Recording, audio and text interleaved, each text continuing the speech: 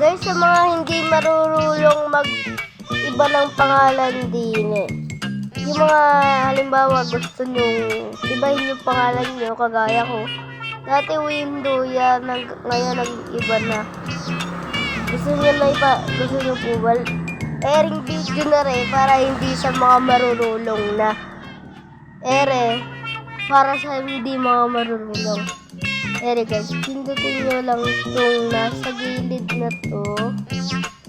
Tapos, ibaba nyo. Pindutin nyo itong settings. Tapos, may makikita kayo dyan.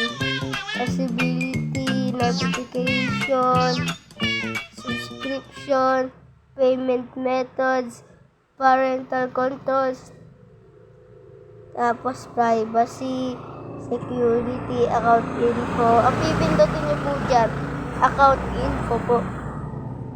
Tapos po, kung gusto nyo pong ibahin yung old, yung pangalan po, andyan po. Po. Pindutin nyo lang po to. Po. Po yung display name. Naman po yung username. Pwede po nyo dito ibahin. Kaso po, pag naiba nyo na po, hindi na po pwedeng ibahin.